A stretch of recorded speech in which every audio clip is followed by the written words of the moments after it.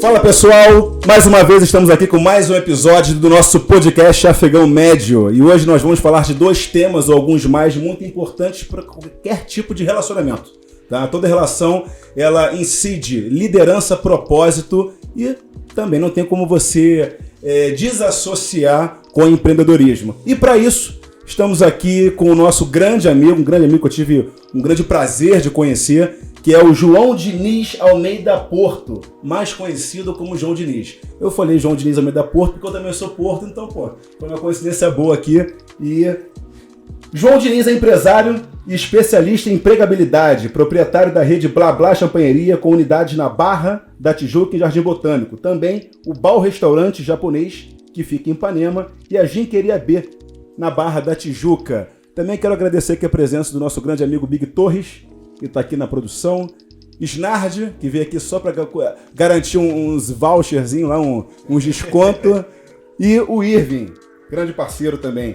Obrigado, meu irmão, pela presença, de coração mesmo, por enriquecer esse momento aqui, me ensinar um pouco, né? E como eu falei aqui anteriormente nos bastidores, o conhecimento está disperso pela sociedade. Perfeito. Então quando a gente troca, quando a gente se inclina para debater as ideias, a gente consegue avançar um pouco mais no nosso cenário aí. E também, cara, a gente vai falar de política. Primeiro eu queria te agradecer o convite, tá? Para mim é uma honra estar participando aqui desse podcast Afegão Médio. Quando você me chamou, prontamente, né, foi atendido o convite, não tinha como ser diferente. E parabéns pelo trabalho, parabéns por estar convidando pessoas, por estar criando essa ferramenta para propagar ideias, dividir pensamentos, que eu acho que a nossa sociedade carece, né? Não só acham que educação vem do colégio, da universidade, eu acho que a educação vem dos debates, vem das construções. E aqui das ideias. Né? O que é um canal maravilhoso, parabéns, e é um prazer estar aqui. Obrigado, tenho certeza que vai ser mais um sucesso porque tu está aqui abrilhantando, isso aí não tenho dúvidas. Cara, conta um pouco da sua história, porque eu assisti recentemente um vídeo seu e até fiquei assim, cara, que legal, porque eu frequentava... Foi a sua primeira unidade, seu primeiro empreendimento? Então, eu tô com 48 anos, né, Igor? E já tô nessa estrada como empreendedor, empresário, né? Eu costumo dizer que a palavra empresário era um pouco romântica, né? O empresário, né? O João Diniz empresário. Realmente, eu tenho empresas, eu tenho colaboradores, mas eu sou um empreendedor, eu acho que eu sou um trabalhador, né? Então, eu já tô nessa estrada há mais de 25 anos, e eu sempre tive a vocação, o dom de montar negócios, né? Desde a linha de entretenimento, que eu comecei muito novo, com 18, 19 anos, como produtor de evento, e paralelo eu sempre gostei muito de gastronomia, então eu sempre tive essas duas vertentes como empresário, como empreendedor, né? Ter bares, restaurantes e também ter uma empresa de eventos, que eu fiz grandes eventos no Rio de Janeiro, vou contar um pouquinho aqui da minha história. E uma delas foi a Oficina do Guaraná, que eu abri em 1997 na Praia de Jeribá, e que hoje é o Fishbone, que é um bar super conhecido, é um point, né? E eu tive essa leitura, o que eu falo, a gente tem que entender os sinais, né?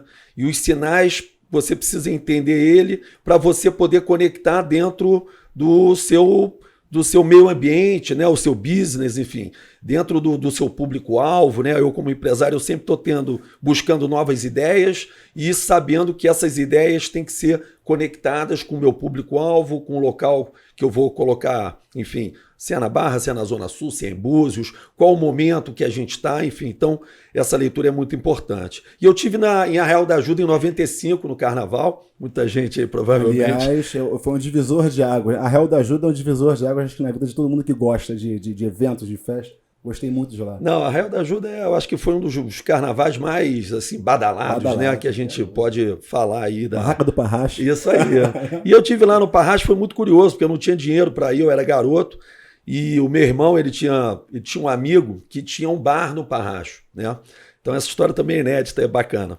E eu falei pro meu irmão, eu falei, cara, eu queria ir para Arraial da Ajuda, eu não tô com grana e tal, assim, recém entrando na faculdade.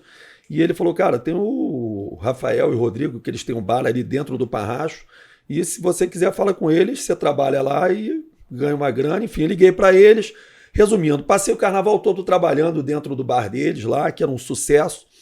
E eu era uma pessoa com network muito grande, o pessoal do Rio de Janeiro todo frequentava lá.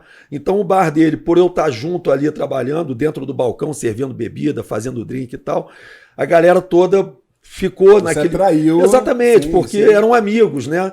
Então os amigos acabavam consumindo. Criou uma audiência cativa ali, Foi né? muito bacana. E aí eu gostei da história, achei bacana, enfim, entendi aquele cenário, né, da lamberóbica na época, o pessoal fazendo aquele sunset pós-praia, saía da praia direto para aquele clima de dança, enfim, de azaração e tudo, com vários bares em volta.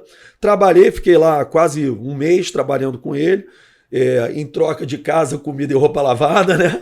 E... Não gerou relação trabalhista, não, né? Não, nenhuma. Mas foi muito bacana porque foi uma escola, né? Eu costumo dizer que toda oportunidade na vida que a gente tem, a gente precisa absorver para a gente poder construir. Perfeito. E quando eu voltei para o Rio, eu já frequentava Búzios, e aquele bar onde é a Oficina do Guaraná, onde era a Oficina do Guaraná, na verdade, que eu criei, e é o Fishbone, era um bar parado, assim, era um bar abandonado. E aquele point, o point de Búzios na época era a Praia da Tartaruga. O pessoal ia para a Praia de Jeribá, que era o grande point, depois saía de Jeribá e ia para a Tartaruga. Que é bem menor do que Jeribá. É menor, era distante, Sim, enfim. E eu olhei para aquele bar ali parado e falei, por que não? Né? Porque eu não trago uma marca que conecte, né? Que a gente estava com o auge do jiu-jitsu, vida natural, açaí entrando aí no Rio de Janeiro. E eu falei, cara, eu vou criar uma marca aqui. Na verdade, a marca não era minha. Eu tinha um sócio que era dono da marca aqui no Rio de Janeiro e foi o meu sócio lá nesse espaço que a gente levou a marca e criou a Oficina do Guaraná de Búzios e da Praia de Jeribá. Mas muito mais do que isso, a gente criou aquele ambiente, né? Eu fiz a leitura do que funcionava em Arraial da Ajuda, obviamente adequei ao Rio de Janeiro, adequei à Praia de Jeribá, aos hábitos locais, né, que eu conhecia bastante, e foi um sucesso. Trouxe o pessoal da Lamberóbica que dançava lá em Arraial da Ajuda, eram meus amigos aqui do Rio, os DJs, enfim. Trouxe algumas marcas de evento, o Buraco Louco, que era uma das festas que tinha em Arraial da Ajuda, que o dono é muito meu amigo. Eu fiz festas do Buraco Louco na Oficina do Guaraná, enfim. Então foi um sucesso, eu fiquei em Búzios morando quase 2 anos. 2 anos de casa? E de casa, foi muito bacana. E aí, eu acho que como tudo na vida, chega um momento que você entende... Fecha o ciclo, eu passei a marca, um outro sócio meu... Aí você passou direto para o Fishbone ou não? Não, na verdade eu passei para um outro sócio meu, ele ficou mais um tempo e depois ele vendeu para o Fishbone, porque os donos do Fishbone são os donos do imóvel. Na verdade...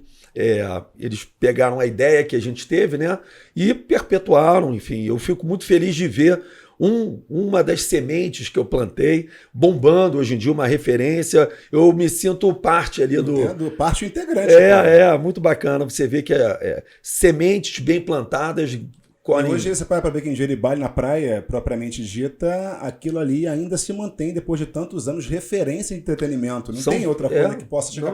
São 25 chega em Jeribá, anos. A pessoa não, Fishbone. É isso aí, é uma referência. E já era na época, né? Porque as gerações vão mudando, né? Sim. Mas você vê aquele quiosque de açaí, que o pessoal bate açaí na areia. Era eu que batia açaí ali dentro. Eu trabalhava dentro do balcão. Por isso que eu falo que assim, a palavra empresário, ela obviamente que ela encaixa, conecta comigo, mas eu sempre fui um empresário que trabalha, né? Eu sempre entendi, e eu acho que essa é uma das grandes diferenças que eu tenho, porque eu acho que a gente tem que estar sentindo a temperatura do negócio, das pessoas, dos colaboradores, do ambiente, do cenário. Eu, quando entro numa casa minha, eu em 15 segundos eu faço a leitura se a operação está boa, se não está, se o cliente está satisfeito, porque você recebe os sinais. Enfim, energia, até a própria energia da casa. Eu entro e falo, hoje tem alguma coisa embolada. Aí não dá outra. Vai na cozinha, o chapeiro faltou, o cara da cozinha não foi, o sushi man, enfim, o peixe não estava limpo na hora do giro. E evidentemente que tudo isso você criou na sua vida profissional pelas experiências adquiridas, né? Sem dúvida. Nem todo dia tem pão quente. Então tem alguns dias que você, caramba, fiz errado, me dei mal aqui. Né? Tem um pensamento assim, do lado do estoicismo que eu gosto muito, que Marco Aurélio falava o seguinte, que a experiência é um troféu composto pelas armas que te feriram. Perfeito. Então você para assim, cara, eu fraquejei. Não, você não fraquejou, você perdeu. Sim. É diferente de você ter um fracasso de você perder. Sim. Né? Então é bacana isso, porque às vezes a gente só conta as histórias boas, né? Mas você falou que, cara, eu analiso o cenário, eu vejo o que falta. Isso é uma liderança servidora. Sem dúvida. Você serve para você poder orientar, para você estruturar aquilo que melhor vai conseguir atrair a tua clientela. Né? Então, assim, e tem uma coisa, cara, que me vem muito à mente. Você falou quando você fala por empresário nato, o olho brilha, os olhos brilham, né? E empreender, eu acho que é isso, é sonhar. Sim. É buscar, é você se arriscar, se jogar de qualquer altura, e quando você se jogou, você viu que esqueceu paraquedas, né? Você tá ali tendo diversas dificuldades, déficits de estrutura do Estado para poder proporcionar uma abertura de mercado, uma burocracia tremenda, né? Acaba que, você falou que você foi para a Real da Ajuda sem grana, trabalhou um mês e você, de repente, aprendeu muito mais do que você ganhou. Pensando... Sem dúvida. E pouquíssimas pessoas pensam nisso. Eu estou no trabalho e estou ganhando pouco. Mas calma aí, cara. Qual o tipo de trabalho que você tá? Tu tá aprendendo? Então tem que colocar isso na balança também. O aprendizado, na verdade, é o maior pagamento, né? Porque ele eterniza. Né? Se você souber eternizar, absorver as coisas que você está aprendendo, as oportunidades, né? Porque, por exemplo, isso aqui é uma oportunidade. Então, eu posso sair daqui igual ou maior, né? Depende da forma que eu vou escutar, que eu vou entender, que eu vou ver a estrutura, que eu vou bater o papo contigo, que eu vou escutar, vou aprender. Então, a gente está sempre buscando absorver para crescer. Esse é o maior pagamento, né? Sim, na verdade, porque esse você perpetua. O dinheiro, obviamente, que é necessário, todo mundo precisa, ninguém trabalha de graça, mas o dinheiro ele vem e vai. Né? E o que você aprende, você vai armazenando. Eu nunca vi ninguém enriquecer pelo dinheiro. Não, exatamente. Você tem que ter o propósito, você tem que... É o que eu falo, quando eu monto um negócio, obviamente que eu estou montando um negócio porque é o meu trabalho, né? Mas eu não faço conta de lápis. Eu tenho que ter alma, aquele negócio tem que ter alma, o negócio tem vida.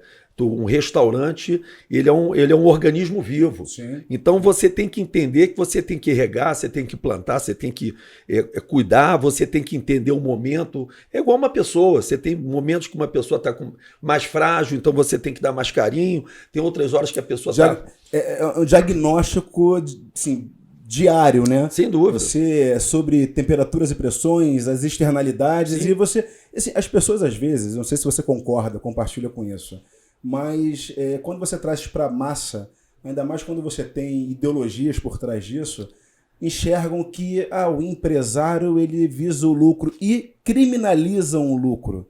Mas eu parto do princípio que o lucro é justamente um prêmio por você ter beneficiado alguém.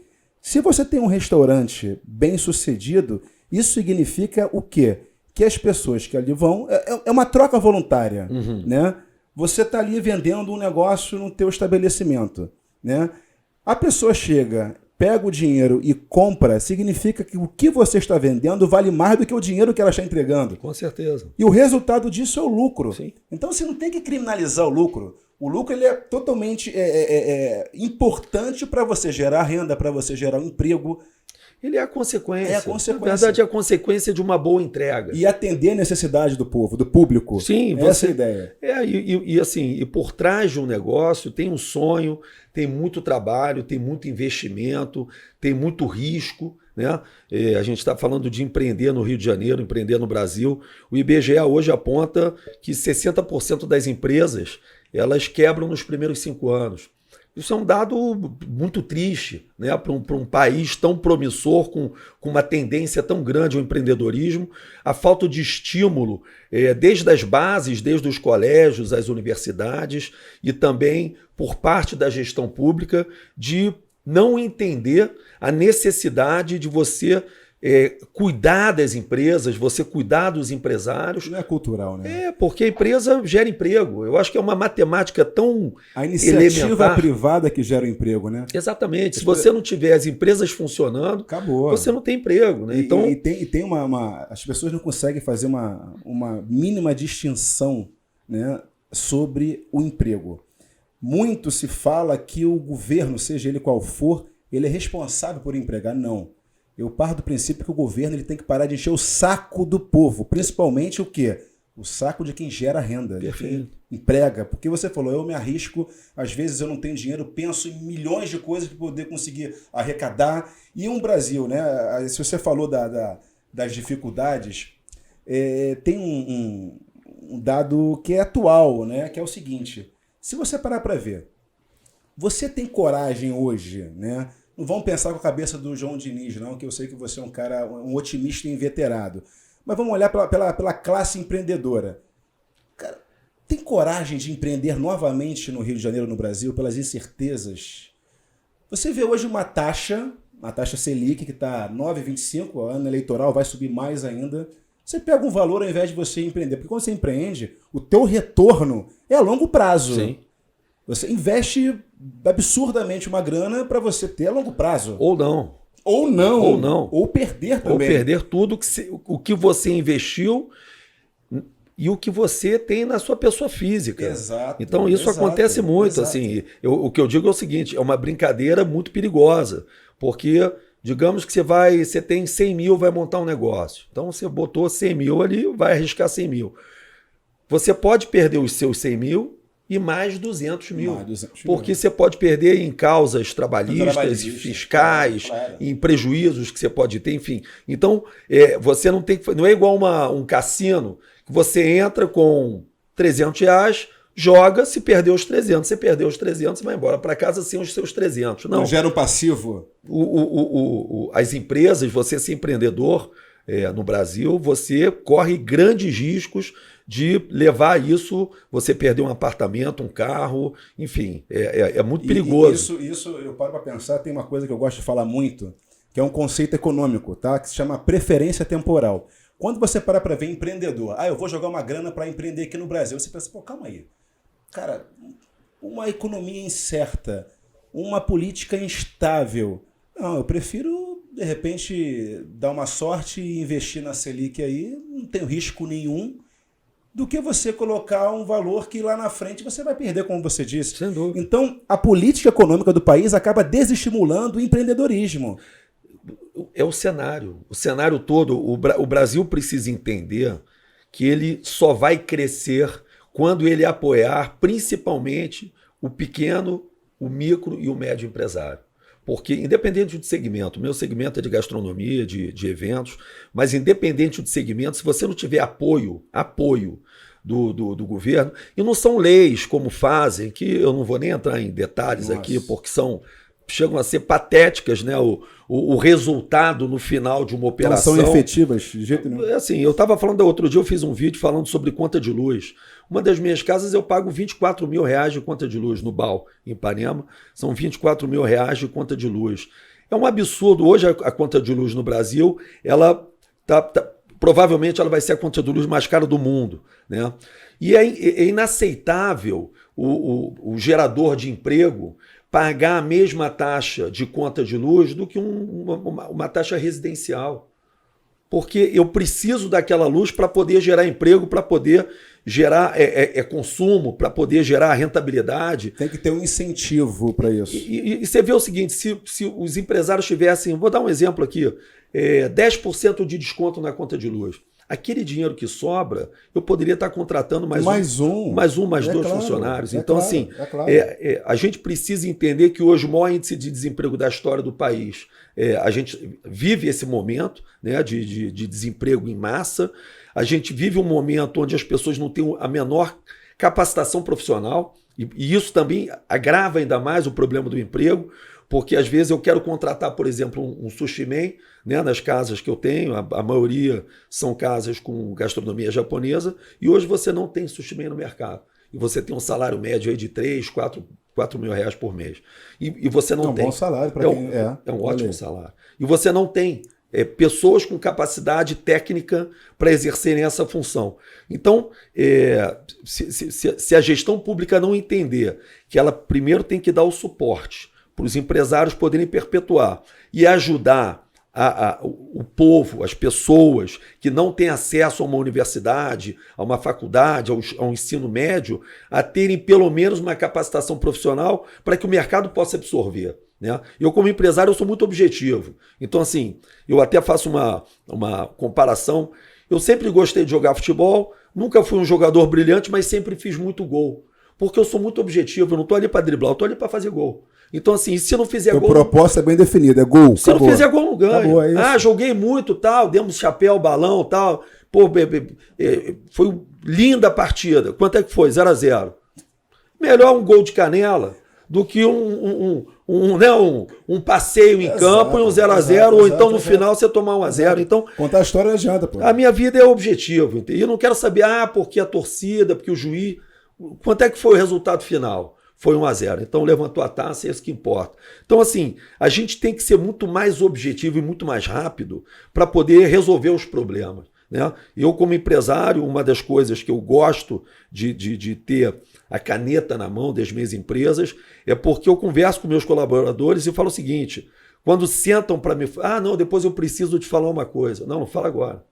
Fala agora porque eu posso estar perdendo tempo para resolver. E outra coisa, eu não falo para buscar culpado, eu falo para resolver. Eu não estou querendo buscar culpado nem crucificar ninguém. Eu resolvo, depois eu sento e falo, olha, tem que ser desse jeito para dar certo. Aquilo ali você... Mas a cultura, pelo que eu estou enxergando aqui nas suas empresas, é uma cultura muito bem estabelecida. A missão, os valores, a meta, o objetivo, não tem, digamos assim, uma ruptura de comunicação, porque isso é um grande erro das empresas, Sim. Né?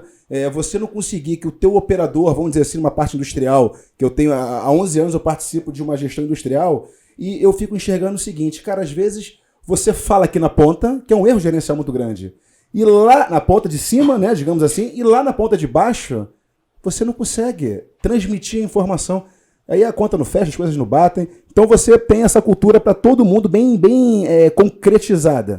Não tenha dúvida, assim, principalmente dentro da gastronomia, eu tenho em Ipanema quase 70 colaboradores, né? Você tem, na verdade, o que eu falo, ali eu sou um maestro, né? Eu tenho a equipe de sushi, a equipe de cozinha, a equipe de bar, a equipe de salão, o caixa, a recepcionista. Então eu tenho que orquestrar essa sinfonia e ela tem que ser toda encaixada. Senão um instrumento trepa no outro. É uma engrenagem. É uma engrenagem. Então, assim, se eu não conseguir fazer com que o barman entenda que o salão é de responsabilidade dele, que a cozinha também é de responsabilidade dele, aquilo ali é uma coisa só. Ou ganha todo mundo, ou perde todo mundo. A gente está ali para gerar experiência, né? Eu acho que isso é muito pouco falado dentro do setor empresarial e também dentro da nossa sociedade, né? E eu comparo muito a gestão pública com a gestão privada. E, na verdade, o gestor público e o empresário, eles estão ali para gerar uma boa experiência para o seu patrão. Outra coisa que eu falo para os meus colaboradores, quem entra no meu restaurante, no nosso restaurante, e senta na nossa mesa, esse é o patrão. O patrão não é o João. O patrão é quem paga a minha conta. Então, para eles entenderem que o carinho, a experiência que eles têm que gerar é para aquela pessoa que está ali. Em todos os sentidos. A comida tem que estar boa, o tempo tem que estar certo, o drink tem que estar gelado, a conta tem que vir na hora certa, o atendimento tem que ser gentil, e o problema tem que ser resolvido de forma rápida e objetiva. Isso é experiência. No final, quando ele sair do restaurante, ele vai sair dizendo o seguinte: poxa, eu tive uma ótima experiência dentro desse restaurante, ou eu tive uma péssima experiência dentro desse restaurante. E ele não vai fazer conta se a experiência dele foi ruim no sushi, no bar, no atendimento, ele vai dizer que foi bom ou que foi ruim. E a gestão pública é a mesma coisa. O gestor público ele tem que entender que ele é um funcionário do povo, como eu sou funcionário dos meus clientes que adentram as minhas empresas, e ele está ali para gerar experiência para a população e para o turismo. Né? Porque, claro, uma principalmente coisa é outra, o Rio de Janeiro é uma cidade que vive do turismo, né? Ela faz toda a diferença. Eu falo que o turismo traz o dinheiro novo. Né? Uma coisa é assim, você ir no meu restaurante, você vai deixar um dinheiro, eu vou sair do meu restaurante e vou comprar no supermercado, ou seja, é o mesmo dinheiro que está rodando. Né? E quando você abre para o turismo, é um dinheiro novo que entra. Oxigena, pô. Que oxigena, claro. Exatamente. Então, a gente não pode perder essa leitura, principalmente, como eu falo, de você entender qual o seu ponto forte, né? O Rio de Janeiro, a gente não pode deixar de falar de turismo e de experiência, né? O gestor público ele tem que gerar uma boa experiência pro cidadão quando ele vai num posto de vacina, quando ele vai num transporte público. É obrigação dele. Ele é pago para isso. E ele tem que resolver rápido os problemas. Entendeu? Então, assim, hoje em dia a gente tem a maior carga tributária do mundo se você comparar com relação à entrega. Hoje o Brasil está em último lugar se você fizer análise entrega versus carga tributária. Então, é a mesma coisa que você entrar no meu restaurante e eu te dar uma bolacha na cara. Isso tem uma analogia, né? Que muitas pessoas que defendem o aumento exacerbado do Estado, que tudo é o Estado, nada fora do Estado, nada contra o Estado, e comparam que os países nórdicos, né? Tem a Dinamarca, tem a Suécia, que tem a carga tributária tão grande quanto a do Brasil, né? Que tem um imposto de renda tão grande quanto o do Brasil. Só que a diferença é o que você falou. Lá, a prestação de serviço, o retorno do imposto, que é a função constitucional dele, é de primeiro mundo. Exatamente. Quanto aqui é comparável à África subsaariana. Você não tem um retorno. Eu costumo dizer o seguinte, você é o que você entrega. Exato. Ponto. E uma coisa básica também, né? Que infelizmente as pessoas que ocupam, não digo todas que têm uma proporção que quer que a coisa funcione, mas infelizmente eles são abafados pelo sistema promíscuo, né? Que é o quê? É uma noção básica da administração pública, que a primeira é a transparência, segunda é servir, não ser servido. Perfeito. Então essa é a ideia. E quando a gente acaba aliando, né? Porque tudo isso aqui, eu quero puxar agora um gancho para a liderança, né? A gente está falando aqui de forma tácita, claro, mas vamos entrar agora no game da liderança. Liderança... Quando você fala de pessoas, eu até estava comentando aqui antes, que vamos fazer gestão de pessoas, gerenciamento de pessoas. Eu falei, acho que isso é um erro do caramba. Pessoas não são gerenciadas, pessoas são lideradas. Perfeito. Você gerencia estoque, gerencia seja lá o quê, mas não pessoas. Então, esse afastamento de um cara que se propõe a estar representando algo é muito nocivo para o bom andamento da coisa, né? Igual, um empresário é líder. Né? Um político é líder. Só que quando você é o seguinte, a liderança ela está atrelada à representatividade, que por sua vez está atrelada à legitimidade.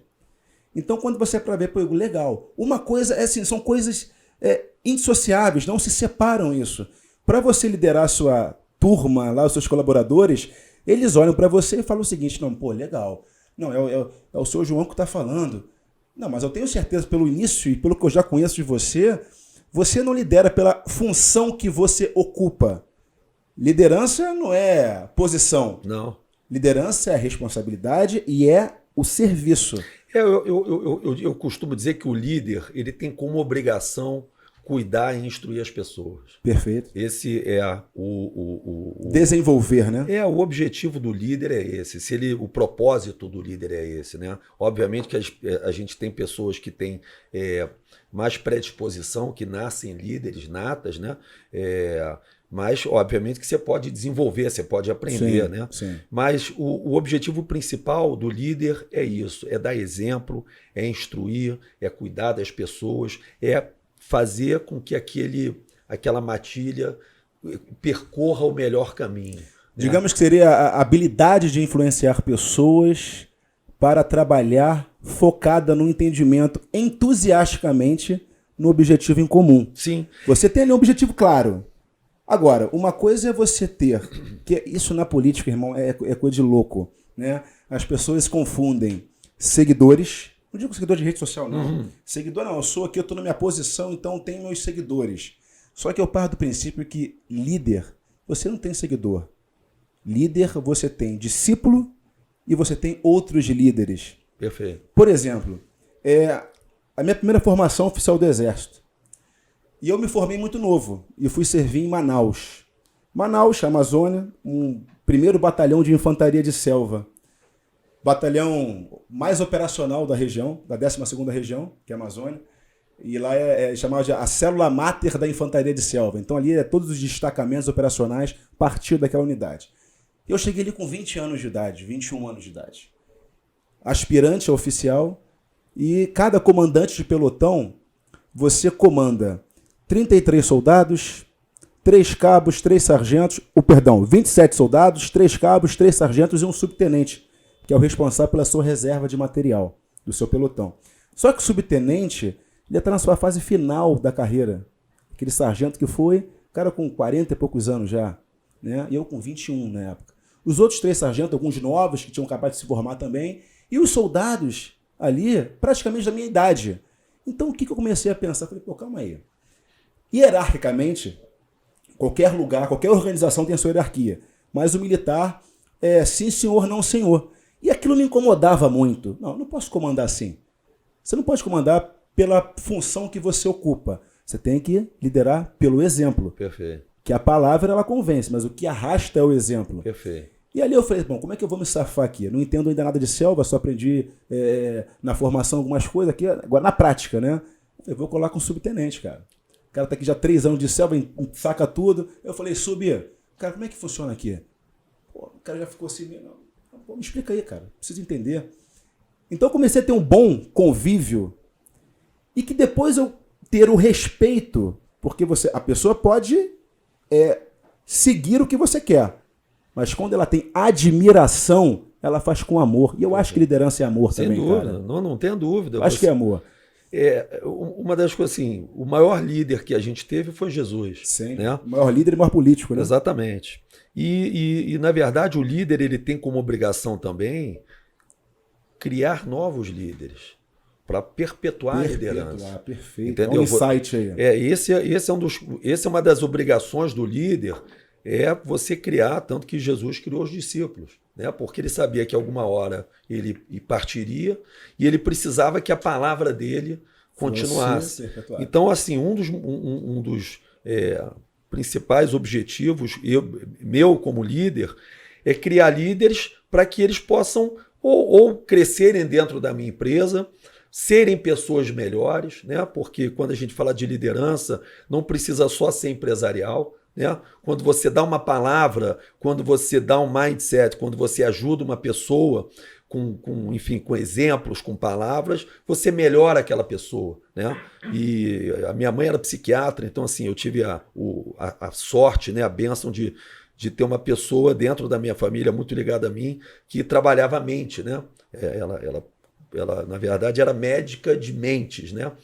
Então eu aprendi a fazer leituras também para poder entender o que aquela pessoa precisa, né? Eu falo isso dos meus filhos. Se eu comunicar de uma forma com a minha filha de 19 anos, ela vai entender. Se eu comunicar da mesma forma com o Diego de 15, ele não vai entender absolutamente nada. Exato. Então você tem que ter essa leitura, o líder tem que ter essa sensibilidade para ele se fazer entender, né? Uma outra coisa que eu falo é o seguinte: comunicação não é o que você fala, é o que a pessoa entende. É o que o outro entende. Exatamente. Então você tem que ter a leitura para fazer o seguinte: como é que de repente, um colaborador, um garçom, vai entender o que é experiência? Eu posso falar isso de várias formas para ele.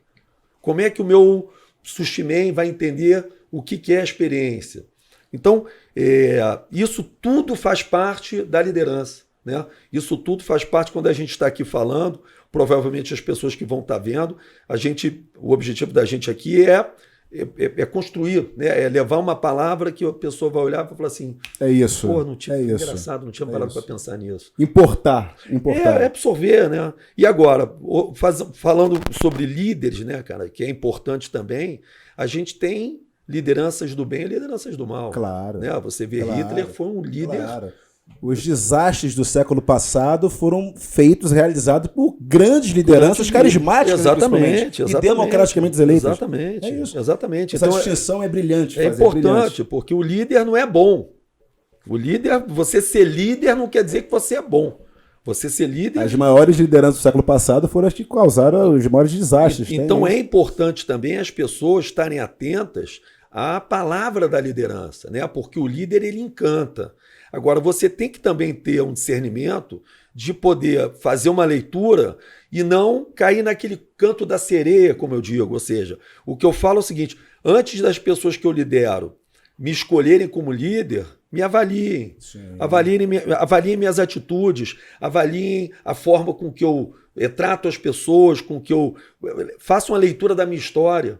avaliam o que é certo e o que é errado, né? Mas aí você acaba entrando no mérito que você falou antes, que é o discernimento. Eu acho que a nossa população nunca trabalhou essa cultura do discernimento. Então, a cultura da massa de acabar reproduzindo aquilo que ouve ou aquilo que assiste sem discernir. Sem dúvida. Né? E puxando um gancho que eu até me veio aqui à mente quando você falou em relação aos discípulos de Jesus e tal, às vezes as pessoas chegam num patamar que acha que são invulneráveis. Não, que eu sou líder já, que eu sou isso, que eu cheguei à direção da empresa, a um político e tal, pá. Mas Jesus tinha 500 seguidores, escolheu 12 discípulos e apenas 3 que deu continuidade, que é Pedro, João e Tiago. Tanto que na Bíblia, e os restantes? Você vê só Judas, que é o que certamente traiu, e o restante nem a Bíblia cita. E desses 3 líderes, só João foi o mais íntimo. Foi aquele que Jesus virou e falou assim, olha, quem vai me trair é aquele que molhar o pão, que foi Judas na Santa Ceia. Então você vê que você trazendo a experiência, né, bíblica, que de fato é épica, para a nossa realidade de um pequeno afegão médio. A gente não pode se encantar e nem encantar de maneira abstrata. Tu tem que realmente fazer leitura mental, Sim. permitir que façam a sua própria leitura mental. E uma das coisas que mais me impactou como profissional, como ser humano, e isso eu sou suspeito para falar do Exército, porque eu sempre converso que 70% do que eu sou como pessoa, tá? Eu devo aos ensinamentos militares, os atributos da área afetiva que eu pude desenvolver desde muito jovem. E eu tive uma oportunidade, como todos os comandantes de pelotão, que é ter os seus soldados na mão. E para você convencer soldado, né, um militar, um policial, convencer a sua tropa a colocar sua vida em risco por outra pessoa, você tem que liderar. Senão acontece coisas que você não imagina. Toma um tiro nas costas, a pessoa não vai, né? É aquela pergunta que a gente faz, olha, guerra, quem vai na trincheira comigo? Eu vou, tenente, eu vou, tenente. Pô, legal. Então tá indo. E eu pude ver, João, que quando eu sentava meu pelotão no chão para conversar com os meus soldados, e você via uma divergência cultural, um antagonismo de pensamento, que isso é muito importante para a gente poder liderar. Sim. E tinha problemas sociais milhares, cara, milhares. Coisas que você olhava assim, meu Deus do céu, que loucura isso. E quando você acaba, você falou de mindset, muitos coaches, várias pessoas trabalham aquela questão do conceito da modelagem. É quando você tem a referência de alguém. Sim. Né? E eu via, cara, assim, a diferença de idade minha para os meus soldados era muito pouca, assim, 2 anos, 1 ano, às vezes só mais velho do que eu. E quando eu começava a enxergar, a sentir de fato que eles olhavam como se eu fosse um espelho desejado por eles, eu falei, pô, acho que eu estou conseguindo assim, alcançar o objetivo. Conquistar a mente e o coração deles. Perfeito. E isso para mim foi tão importante que depois de 8 anos que eu saí para a iniciativa privada, eu participei de um pleito eleitoral e a maior base de apoio que eu tive foi realizada pelos meus soldados. Legal. Muitos desses já não estavam, evidentemente, no Exército, pelo tempo constitucional. Muitos já eram policiais militares. Porra, tenente, muito obrigado. Eu cheguei aqui pelo teu ensinamento, pelos teus exemplos. Então você vê, cara, eu não acredito muito em futuro. Eu acredito em presente. Você é hoje aquilo que você fez lá atrás. Perfeito. Né? Você planta banana, tu não vai colher abacate. Né? Se você planta amor, se você planta disciplina, se você planta respeito, tu vai colher as mesmas coisas. Então, acho que isso na nossa vida é muito importante para você começar a disseminar a boa cultura, disseminar os bons exemplos. E eu acho que é ilógico pensar diferente, cara. Claro, claro. Você falou uma coisa importante do Exército. O que você, assim, a tua gratidão ao Exército, ela vem da disciplina. Exato. O Exército te deu disciplina. Exato. As pessoas têm que ser disciplinadas, né? E você tem que buscar disciplina aonde for, né? Eu aprendi a minha disciplina dentro das artes marciais, né? Eu não tive a oportunidade de servir o Exército, mas eu sempre fui um atleta de judô. Estamos diante de um black belt aqui, hein? Só pra vocês entenderem, tá, rapaz?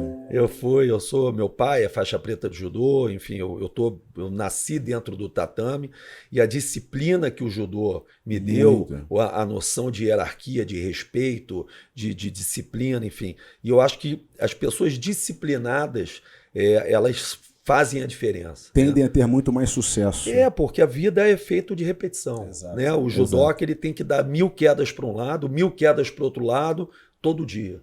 É a prática que vai levar à perfeição. É isso. Então, na verdade, assim, eu vou lançar um livro mês que vem. Porra. Eu vou lançar um livro. Depois do livro lançado, só falta plantar uma árvore, cara, e acabou. E volta aqui para divulgar o livro. Eu vou voltar aqui para falar do livro. Vocês, obviamente, já estão convidados para o lançamento. E o livro se chama Ordem na Casa. O livro se chama Ordem na Casa e ele fala sobre isso. Ele fala sobre um pouco da minha trajetória, né? Não é uma biografia, obviamente, mas ele fala da minha trajetória de vida, do que eu construía, dos meus pensamentos, da minha leitura de gestão empresarial, gestão pública, enfim. É um livro bastante interessante, fala de algumas particularidades do Caminho de Santiago, que eu tive a oportunidade de fazer com a minha família. Fiz o Caminho de Santiago. Completo? Completo, foi muito bacana. Quanto tempo? Foram 38 dias. Cara, foi muito bacana. Então, assim, eu conto. Fiquei até arrepiado agora. Eu conto algumas coisas no livro. É um livro muito bacana, um livro muito leve, né? Mas bem reto, né? Assim, do jeito que eu gosto. Pragmático. E eu falo sobre isso, eu falo sobre disciplina. Eu uso um exemplo do Oscar, né, que é considerado mão santa, né? Muita gente não conhece. O Oscar foi o nosso maior jogador de basquete da história, e de onde ele chutava, né, de onde ele arremessava, ele fazia cesta de 3 pontos. Né? E ele fala, não é que eu sou melhor do que ninguém. Eu fico treinando 5 horas a mais todo dia depois do treino e as pessoas vão para o vestiário tomar banho. Então, isso tem uma consequência. Né? Então, assim, a vida o sucesso é treinável, né? É a repetição, cara. Obviamente que a pessoa pode ter um pouco mais de dom, mas não adianta, se você não treinar, se você não repetir, se você não sofrer, você não vai perpetuar. E a disciplina, ela te entrega isso. Né? Ela te entrega essa necessidade. Todo o esporte, assim, eu fui federado em judô também, cara. Assim, até os meus 10 anos, não, minto, até meus 8 anos, quando minha mãe faleceu. Aí eu tive que, pelas circunstâncias da vida, não consegui dar continuidade ao esporte que eu gostava. Enfim, ganhei algumas medalhas quando jovem, né? Mas exatamente isso que você falou do esporte, que é a sua experiência própria, eu acho que tem uma coisa que ele entrega mais, que é tão importante para a vida adulta, que é a resiliência. Sem dúvida, sem dúvida. Cara, a resiliência é tudo, porque quando você às vezes não se prepara para perder ou para alguma frustração que é natural na vida, sim, você tem uma possibilidade de se ficar mais instável. Sem dúvida. Não é verdade? É o que eu chamo de cair para cima. Exato. Né? O cair para cima. Né? Você tem aquele jeito Harvard de ser feliz, que é um livro incrível, que ele fala disso, de você cair para cima, você construir em cima da derrota. Né? E eles falam do efeito Tetris, né? O jeito Harvard de ser feliz é a Universidade de Harvard, o setor de psicologia, desenvolveu uma forma de treinar mentes para vencerem. Né? Muito bacana, muito interessante. Quem quiser ver, dar uma olhada, tem um vídeo breve falando sobre isso. Uma das coisas é cair para cima e a outra coisa é você condicionar o seu cérebro a sempre entender que tudo que acontece você vê de forma positiva. Né? Então o que eu falo, não é que eu sou um otimista, é porque eu sou inteligente. Sim. Porque se eu tiver um problema e eu ver o problema pelo lado ruim, eu perdi 2 vezes. Eu perdi porque eu já tive o problema e eu não aprendi em cima do problema.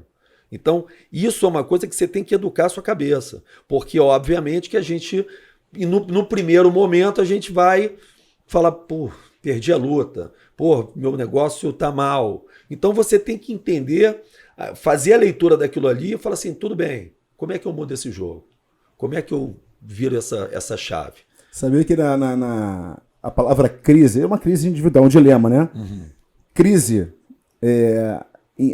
no dialeto mandarim, chinês, né? Ele é separado em 2 caracteres. O primeiro é derrota e o segundo é oportunidade. Perfeito. Incrível isso, né? Maravilhoso. E de fato, se você trouxer para sua vida, você vai começar a enxergar que realmente é isso, cara. O meu dilema, calma aí, meu dilema é o quê? Eu posso perder ou então eu posso perder e me apegar com a perda. Esse é o... Eu não usaria nem a palavra perder, porque quando você aprende, você ganha. Exato. Então você já ganhou. Você já ganhou, entendeu? Se você perder uma luta e souber entender e crescer em cima daquilo ali, você não perdeu, você ganhou.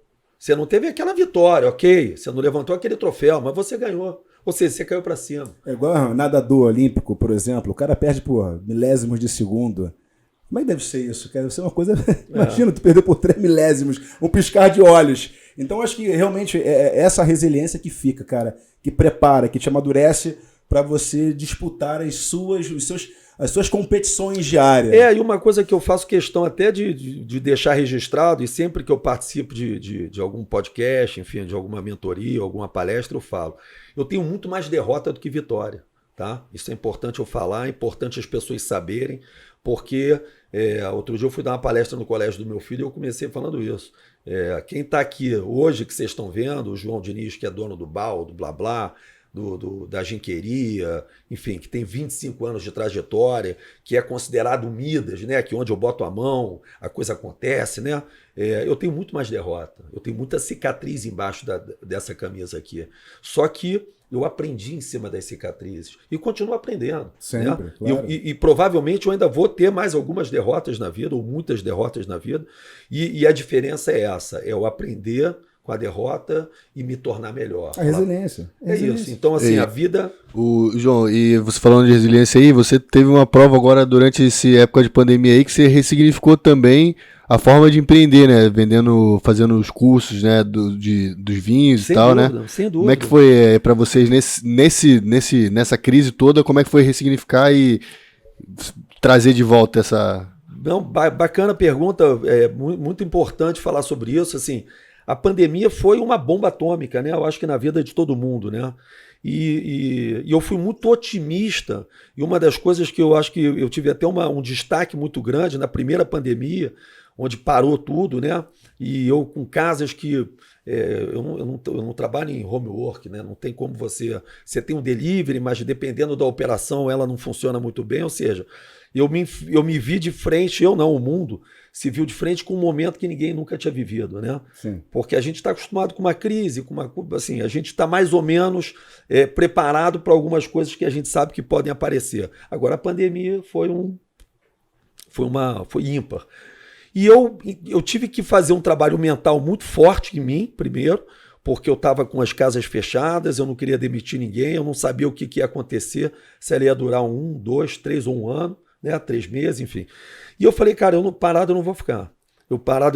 Eu preciso entender o que o mercado quer, eu preciso me movimentar para quando voltar eu já estar acelerando. Né, eu já estar entendendo que de repente durava 1 ano, meus restaurantes iam quebrar e eu ia ter que fazer outra coisa.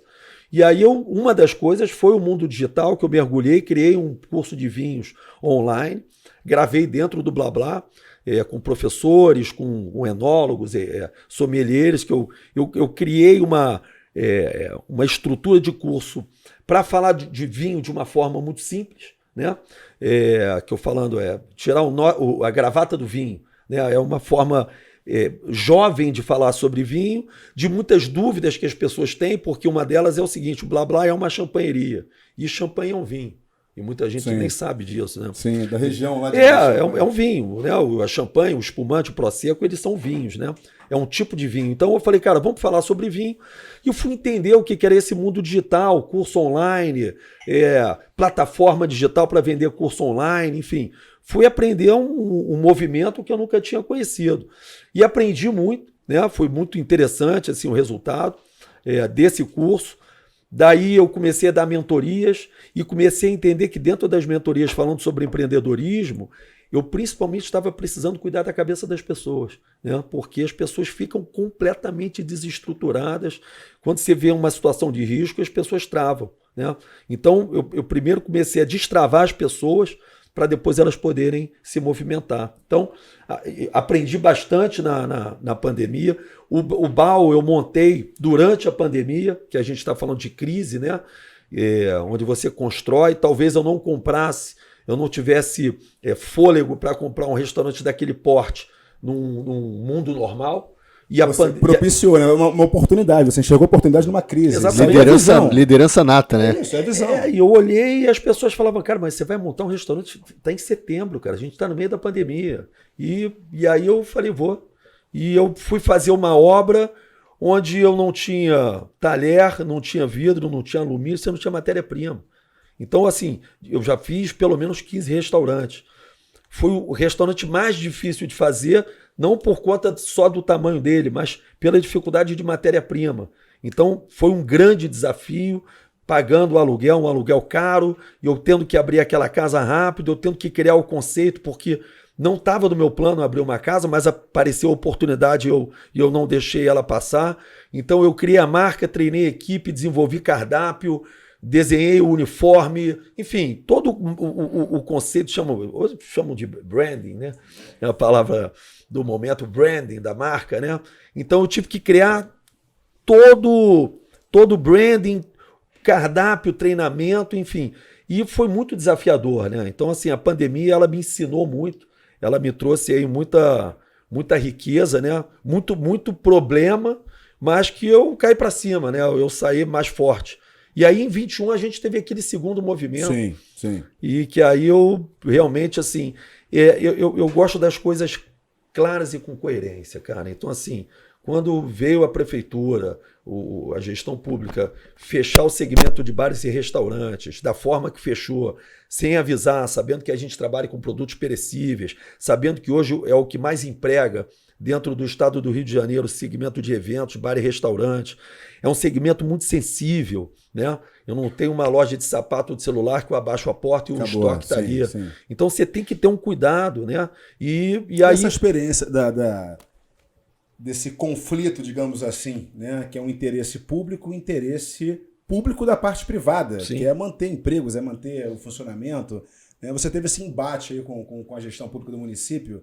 Como é que foi essa experiência, cara? Porque eu enxergo muito que quando você olha, né, quando você tem uma visão da ótica do empresário, do gerador de empregos, de gerador de renda, de pagador de impostos, você vê, calma aí, será que tem uma certa histeria ou hipocrisia em relação aos serviços que o poder público deveria executar e não executa? Ou seja, como é que ele cobra de uma forma diferente, 2 pesos, 2 medidas? Como é que foi esse lastro aí que você teve? Então, Igor, foi um divisor de águas na minha vida, cara. Posso dizer que eu tive alguns divisores de águas e esse foi o mais recente, talvez um dos mais radicais, vamos dizer assim.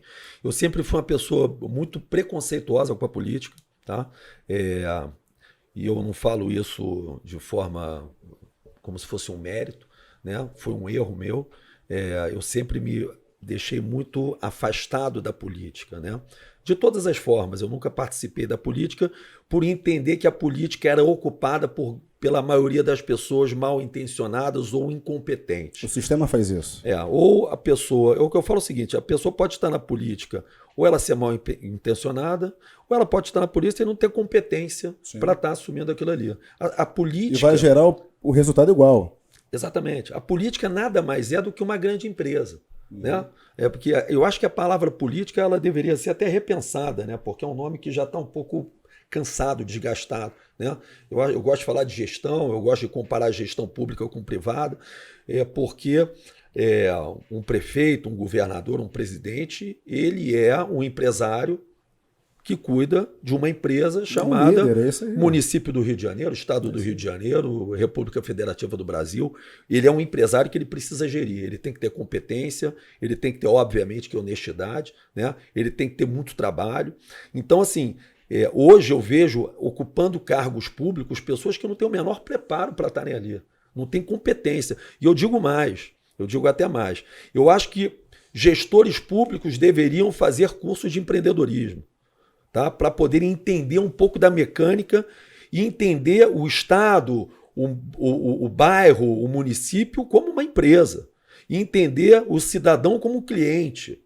Essa análise que tem que ser feita. Eu vou um pouco mais além, porque eu acho importante que você colocou, que a gente sempre foca muito na questão do eleitorado, ou melhor, do eleito, né?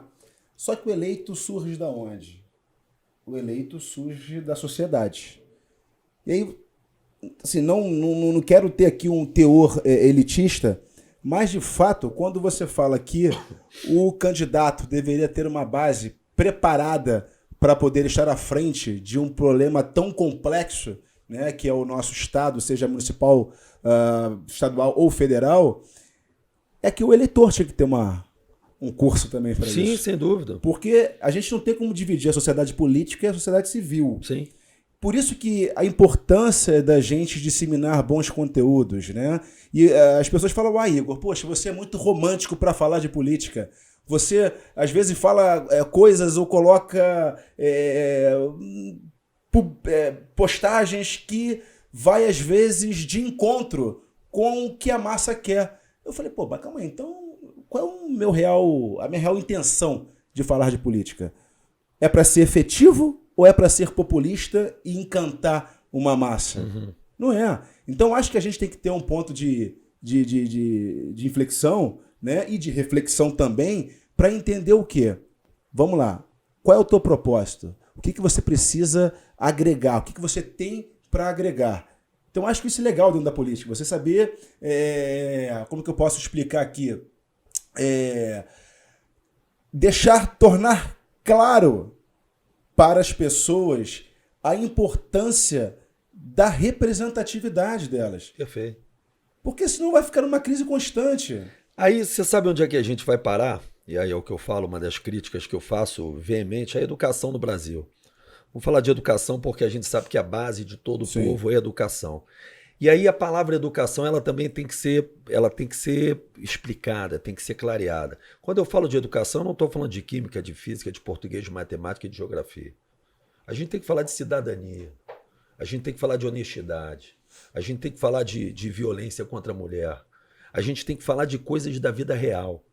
Então, quando o menino entra no colégio, lá no maternal, no jardim, no CA, e vem, ninguém fala sobre isso. Ninguém ensina o cara a ser um cidadão. Ninguém ensina aquela criança qual é a necessidade do vereador, do deputado, do presidente, o que ele faz. É antigo SPB, pô.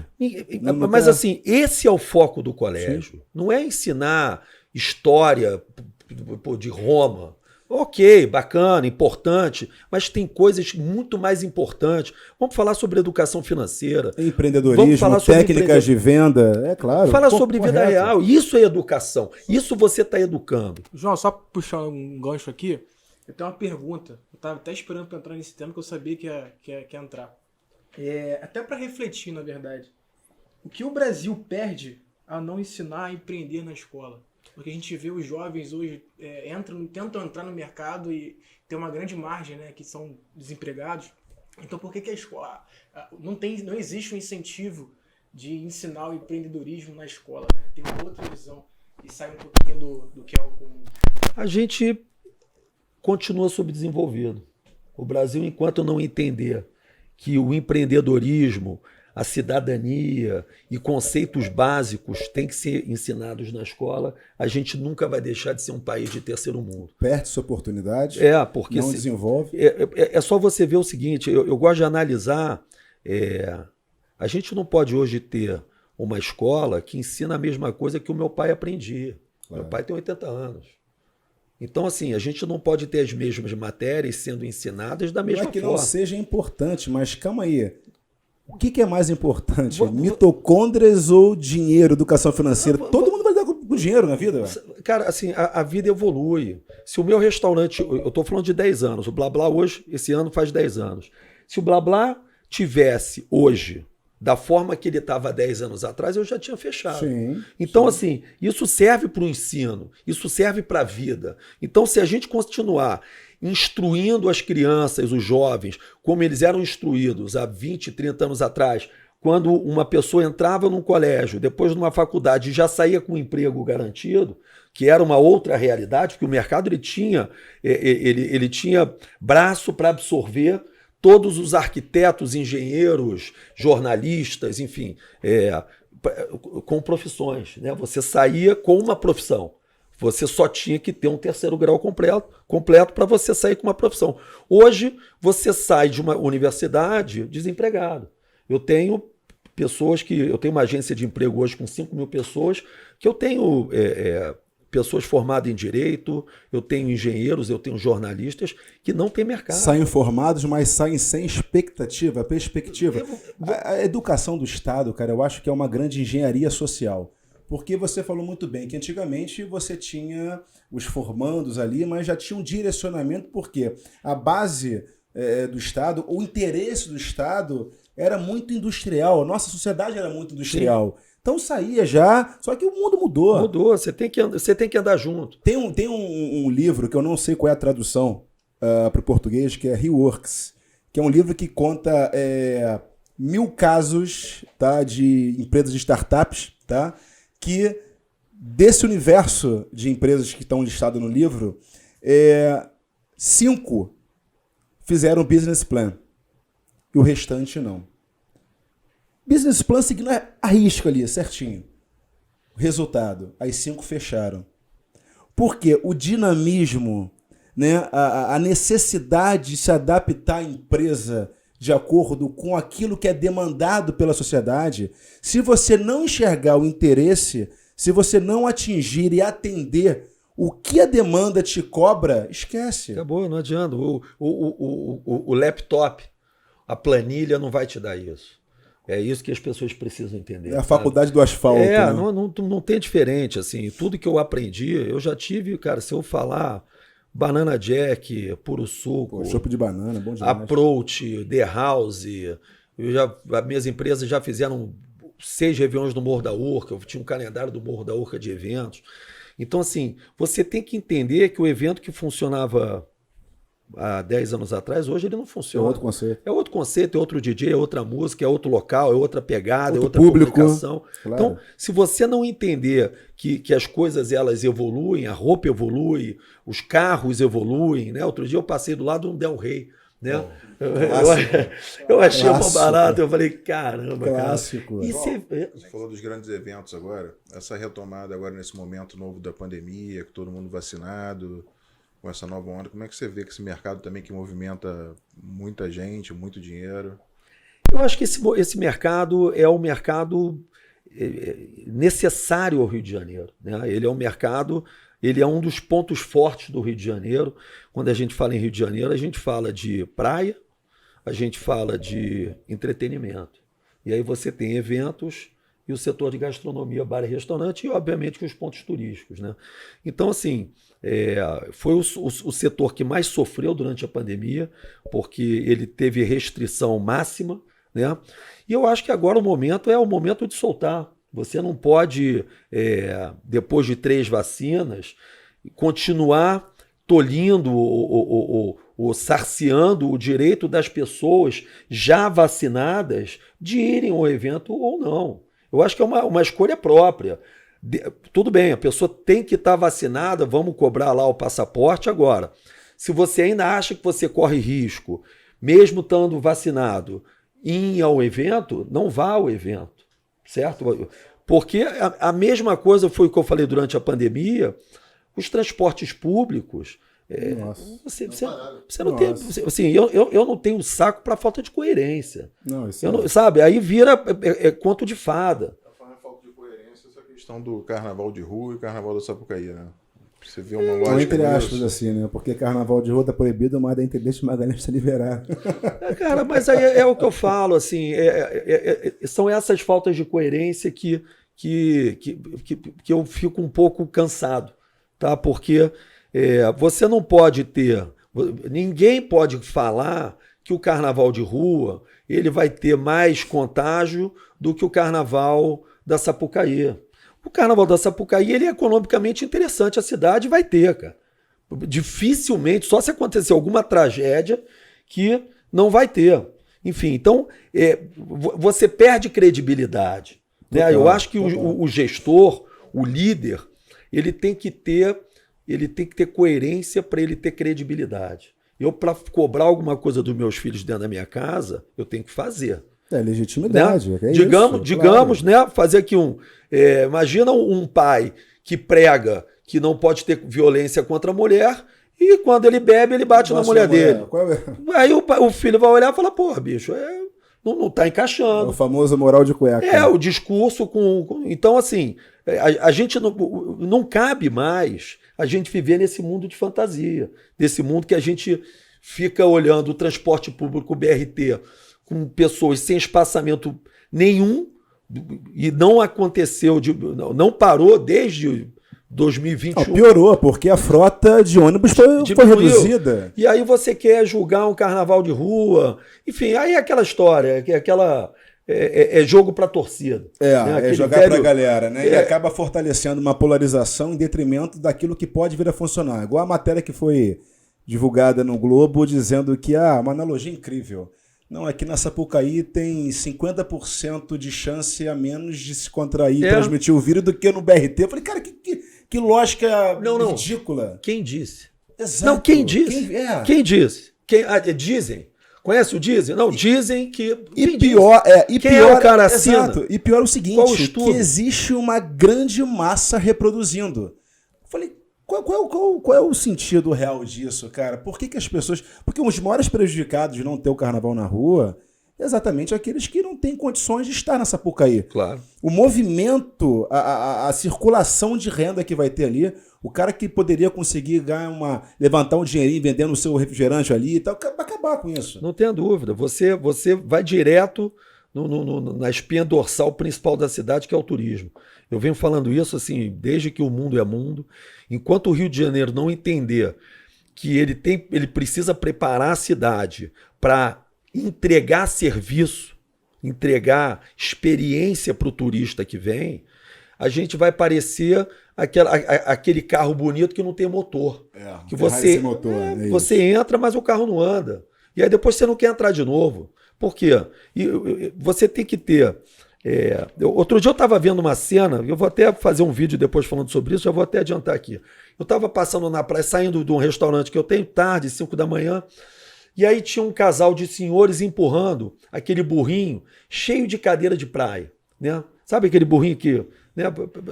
Parece que é burrinho de catador de lixo. Sim. Né? Só que com as cadeiras de praia, eram 5h30 da manhã, eles estavam se dirigindo ali à praia da Barra da Tijuca, ali ao PP, mais especificamente. E eles estavam numa ladeira, era um pouco íngreme, né? a rua, e eles com uma dificuldade enorme, né? Uma senhora empurrando aquele carrinho. Aí eu fiquei olhando aquilo ali, 5h30 da manhã, eu falei, cara, não é possível que a gente no ano de 2022, na cidade do Rio de Janeiro, na praia da Barra da Tijuca, que é um dos destinos principais, não só do turismo, mas como do carioca, do cidadão, você tem um empresário, que eles são empresários, com a menor estrutura para colocar o negócio deles para trabalhar, para funcionar e para atender as pessoas. Parece que eu estava em Arraial da Ajuda em 1995. Sabe, assim, aquela coisa bem tosca. Você fala assim, não é possível que na praia, o ponto mais forte que a gente tem na cidade do Rio de Janeiro se chama areia. Exato. É areia da praia. O italiano, o espanhol, o mineiro, ele vem para cá, ele quer areia. Ele quer ir no Pão de Açúcar, ele quer no Cristo Redentor, mas ele quer areia.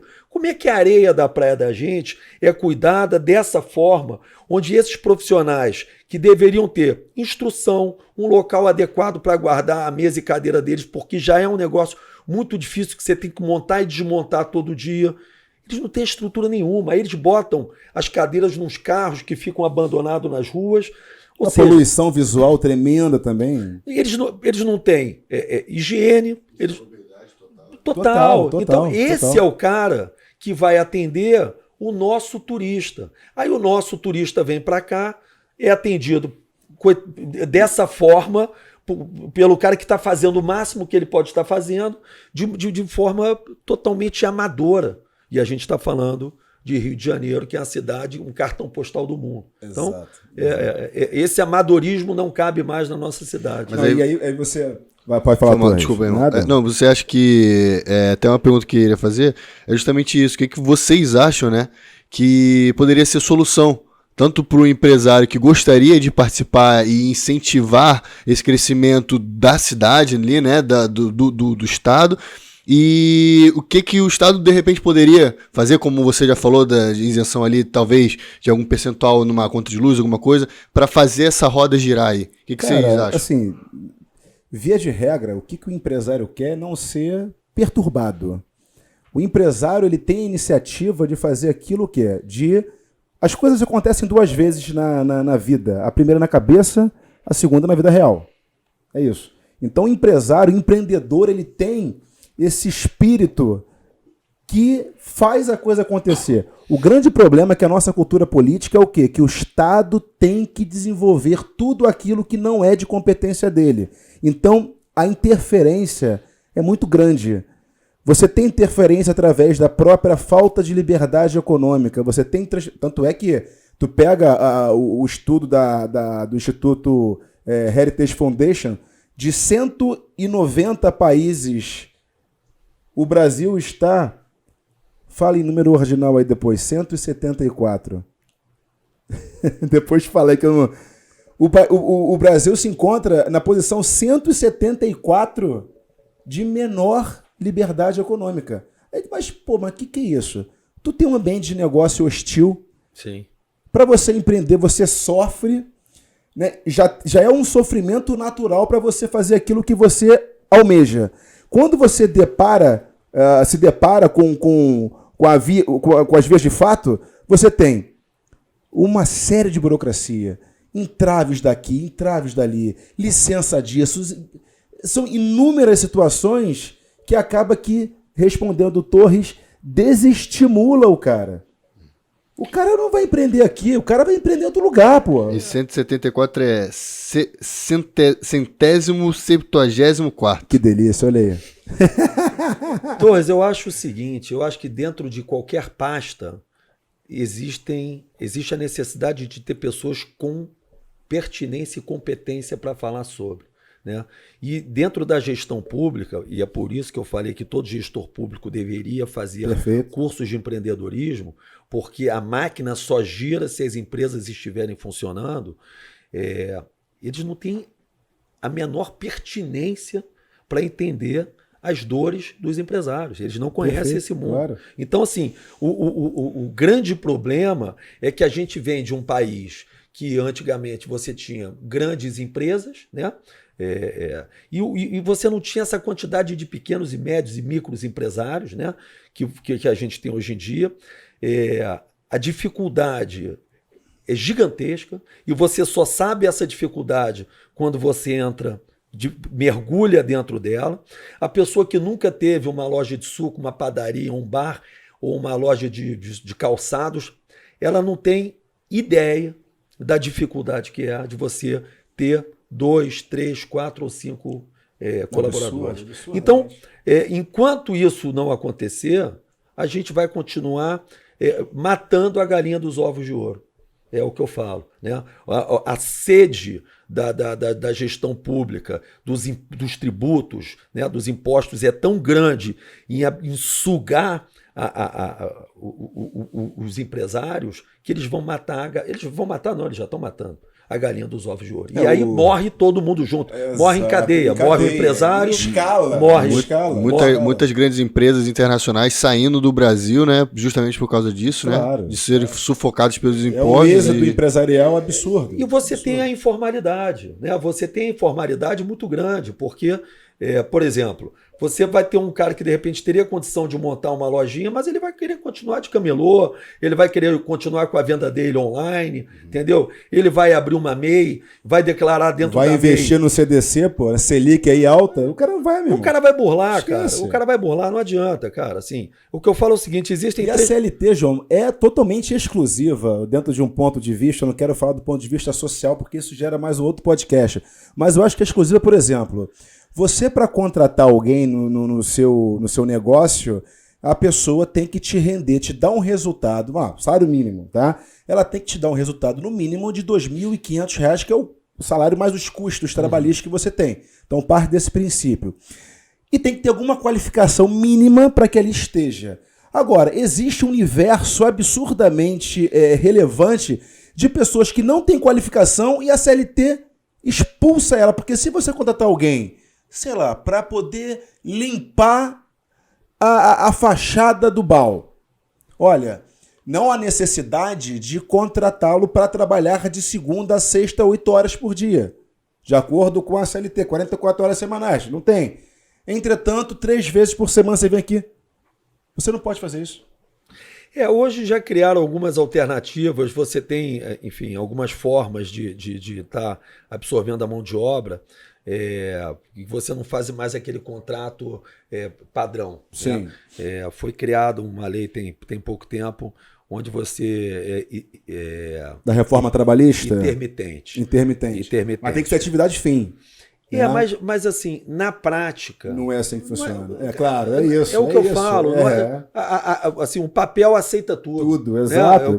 Eu falo isso para meus arquitetos quando eu vou montar restaurante. Eles vêm com a planta e falam, a planta está aqui. Né? Eu falo isso porque meu pai é arquiteto. Sim.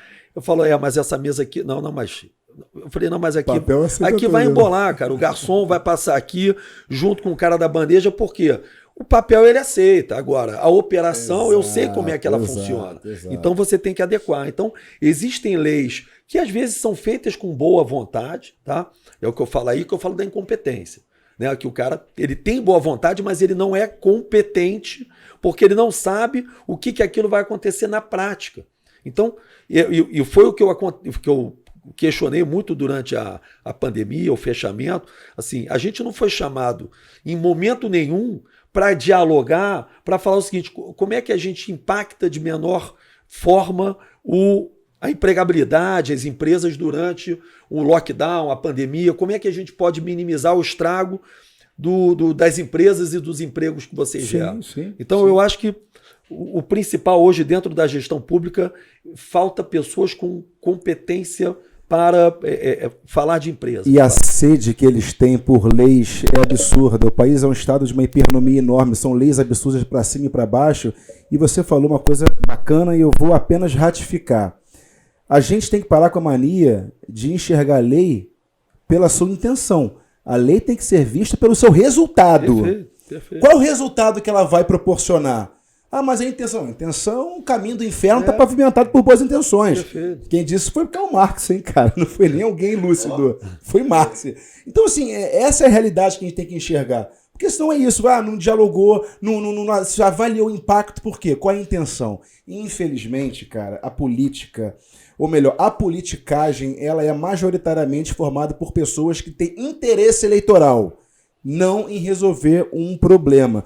Porque a solução que eles dão para um determinado problema é muito maior do que o próprio problema existente. Tá vendo um lobby ali, né? É fato. Tem um problema assim, legal. Qual é a solução? É pior do que o problema. Agora, o que o João falou me lembrou logo no início da pandemia, né, aquela incerteza, a gente não sabia o que estava acontecendo, e você era secretário de segurança na Voa Sul. Eu acho que uma das preocupações que você teve naquele momento, né, que era assim, a vontade de todo mundo era fecha, e você não, vamos conversar com os empresários, e você procurou a associação comercial, né, para quem não conhece, claro, e para quem não conhece, Nova Iguaçu é quase 1 milhão de habitantes. De repente seria uma estratégia, assim como o João falou, dos políticos estarem mais ligados e mais próximos dos empresários. Total. Para entender a necessidade real do que é do dia a dia, tanto do empresário quanto de quem consome, né? Total, porque exige-se uma reunião dos atores sociais para você desempenhar o objetivo final em comum. E Nova Iguaçu é uma cidade com quase 1 milhão de habitantes. É o 3º maior polo comercial do estado. Perde para São Gonçalo e Campo Grande. Tá? Ali você tem a CDL, tem a Cine e a Sincovani, 3 entidades de classe que dominam a parte industrial, comercial, enfim, da cidade. Quando veio os decretos, nós entendemos, como todos ali, tanto da parte da gestão pública como da parte da iniciativa privada, tem algo muito estranho acontecendo, totalmente novo, ninguém está imaginando que vai vir pela frente, mas exige-se o quê? A necessidade de sentar na mesa e discutir. Perfeito. Pronto, ponto. Essa é a ideia. E aí, o que a gente buscou? Vamos lá. Vamos traçar um denominador comum? Vamos tentar enxergar, o bom negócio não é bom para nenhum dos lados. Porque se um sai ganhando, o outro sai perdendo. Então tem que ser o quê? É o ganha-ganha, não é o ganha-perde. Perfeito. Então nós chamamos as entidades, conversamos, chamamos inclusive o judiciário, que é o que se concentrava na sua maior preponderância do momento, e se juntou a Defensoria Pública e o Ministério Público, né? Nova Iguaçu foi uma das únicas cidades, se não foi a única, a não sofrer judicialização no momento. Porque juntamos o prefeito, as entidades de classe do comércio, as indústrias, as empresas, judiciário, e fizemos o seguinte: olha, tem esse planejamento aqui. Vai ser legal? Eu vou perder um pouquinho, infelizmente vou demitir ali, mas eu vou conseguir gerar 40% do meu faturamento para pagar as contas. Legal. E assim a gente foi e conseguiu salvar uma crise. E que não aconteceu aqui, que eu vi que você teve um embate e caramba, aquela coisa toda, a cidade foi judicializada. Então, e tu falou um ponto assim, nevrálgico, que é o quê? Diálogo. Diálogo. Se não houver diálogo, esquece que você não avança. Diálogo e, assim, é o que eu falo, por exemplo. Teve uma lei, citando aqui uma das leis que você falou, teve uma vereadora que colocou uma lei onde criava a obrigatoriedade de você ter cardápio infantil com alimentação saudável. Eu vi esse negócio. Cara, assim, tu tem que olhar para uma pessoa que eu pago o salário. E o que é uma alimentação saudável? Porque o alimento por si só já é, né? Assim, Já é saúde, né? Exato. Mas aí tem que ter fruta, tem que ter assim. Cara, assim, chega a ser uma piada. Sim, é uma piada. É uma piada. Sabe o que eu falo? Assim, a vida é feita de produção, né? Eu, quando pago um colaborador, e ele me entrega lá 8 horas de trabalho, né? Enfim, por dia, ele tem que produzir, ele tem que me entregar, cara. Um cara que vai para dentro da Câmara dos Vereadores, para a Câmara dos Deputados, e não entrega, esse cara não tem que estar ali, bicho. Esse cara não merece o dinheiro que ele está ganhando. Entendeu? Ele tem que pegar o boné dele e ir embora para casa. Porque o cara tá ali para fazer o quê? Nome de praça? Exato. Ou mudar nome de rua? Exato. Pô, bicho, não cabe. Jogar pra galera. Não cabe, cara. O cara tem que entregar, ele tem que falar, cara, qual é a pauta? O que tá pegando aqui de dificuldade dentro do meu setor, dentro do meu país, dentro da minha cidade, do município? Mergulha, entende, estuda, cara. Estuda. Entendeu? Se você não entende aquela pauta, que você tem uma boa intenção, estuda aquela pauta. Mas agora, não sai falando qualquer coisa, ainda mais quando você entra dentro da empresa dos outros. Né? Ainda mais quando... Assim, ninguém bate na minha porta para perguntar se eu quero ajuda. Agora, para encher o saco e para falar besteira e para criar lei que não tem o menor sentido... Tem uma fila. Vai com os 2 pés na porta, né? Total. E o Estado é um sócio maravilhoso para ele, né? Porque é o seguinte, é sócio no lucro, mas no prejuízo não é. Isentão. Isentão. E isso aí, cara, é incrível isso. É incrível porque, assim, gera uma lembrança aqui. Tem o Hayek, que ele fala o seguinte: por que os piores chegam ao poder? Aí tu fala, pô, mas cara, o sistema, como a gente estava falando aqui, ele é propício a isso. Ele afasta as pessoas do bem, porque elas enxergam que, cara, eu não tenho incentivo, porque eu enxergo que a coisa não vai mudar. Então, me afasto. E isso é totalmente criado propositalmente, porque aqueles que ali se encontram conseguem ter um poder de domínio muito maior em cima daquela massa. Eu costumo dizer que o mau caráter é muito mais proativo do que o bom caráter.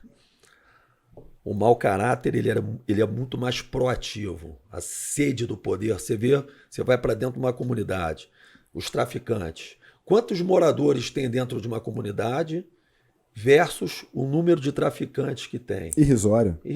Mas eles dominam aquela comunidade. Exato. Ou seja, o mau caráter ele tem muita proatividade para dominar. Então, assim, o meu convite, né, é que as pessoas de bom caráter, bem intencionadas, se engajem e ocupem o lugar dos mau caráteres. Espaço público tem que ser ocupado por pessoas que façam produtivas, eficientes. Política pública não é intenção, política pública é efetividade. E um dos motivos que Hayek dizia por que os piores chegavam ao poder, como são... Pensa no Brasil, um país continental, totalmente heterogêneo, com diversos problemas. Você não tem como reunir os problemas. Então ele vai aonde? Ele vai no âmago do negócio, que é a necessidade básica. Então ele começa a verbalizar, começa a gritar aquilo que é de interesse comum. Então você acaba atraindo. E acaba tornando um teatro de mentira. Então, o reflexo, ou melhor, o motivo de muitos políticos de sucesso serem mentirosos não é um reflexo apenas da classe política. Infelizmente, é um reflexo do eleitorado. Não, sem dúvida. Porque quando você quer o impossível, João, apenas os mentirosos vão te dar, pô. É verdade. Então não tem jeito. Você acaba tendo, mas é isso, eu quero de graça. Ah, não, agora vai ter, como é que é? Aquele negócio do teatro, do cinema, que paga metade para idoso estudante. Paga meia entrada. Por que meia entrada? É a meia do dobro. Porque o cara, o empresário pode ser todo menos idiota. Não, ele vai tem ter um custo dele fixo. A conta não fecha, cara. Então, beleza. Quanto que é? É 10 reais? Agora tem que vender 5? Agora é 20. Mil. Acabou. Agora não. Ah, o cara que fez bariátrica agora tem que ir no restaurante pagar menos. Ah, tá, então tá bom. Então aumento. Quem vai se ferrar? Quem não tem bariátrica, que vai pagar mais caro. Não, as intenções foi igual quando criaram a lei na época, né? Que isso ficou muito falado e deu um problema enorme de você fazer venda casada. Você não podia ter entrada e consumação mínima, né? Isso aí Sim. Essa lei ainda existe, né? Você ou tem entrada, mas você não pode ter consumação mínima, né? Então, então, por exemplo, antigamente que uma boate era R$100 de consumo, né? Que era pelo menos para o empresário garantir o consumo daquele cliente, ele agora é proibido. Então ele vai botar R$100 de entrada. Acabou. Aí o cara. O que o Estado tem a ver com isso? É uma interferência no privado. É o seguinte, talvez a intenção do cidadão, né? Do profissional de política que fez essa lei. Essa é maravilhosa, né? Não, ele pode ter falado assim, mas você não pode obrigar uma pessoa a consumir dentro do seu restaurante. Tudo bem, mas pode entrada. Pode. Então paga a entrada. Acabou. Aí sabe o que acontece? O cliente vira e fala assim, não, transforma a minha entrada em consumo. Eu falo, não posso. Não posso. É isso. Sabe? Quer aí ver uma outra lei? Você engessa, porque aí o cara vai pagar 100 e vai consumir 50, enquanto ele só gastaria 100 de consumo. Uma outra lei que vai ao encontro disso é o seguinte, uma lei tem uns 2 anos, isso aqui na LERJ. Olha que loucura, cara. Vou nem citar o nome do deputado, mas assim, que agora, foi sancionada, né, pelo ex-governador, que mercearias, mercados não podem mais vender refrigerante gelado, bebida gelada.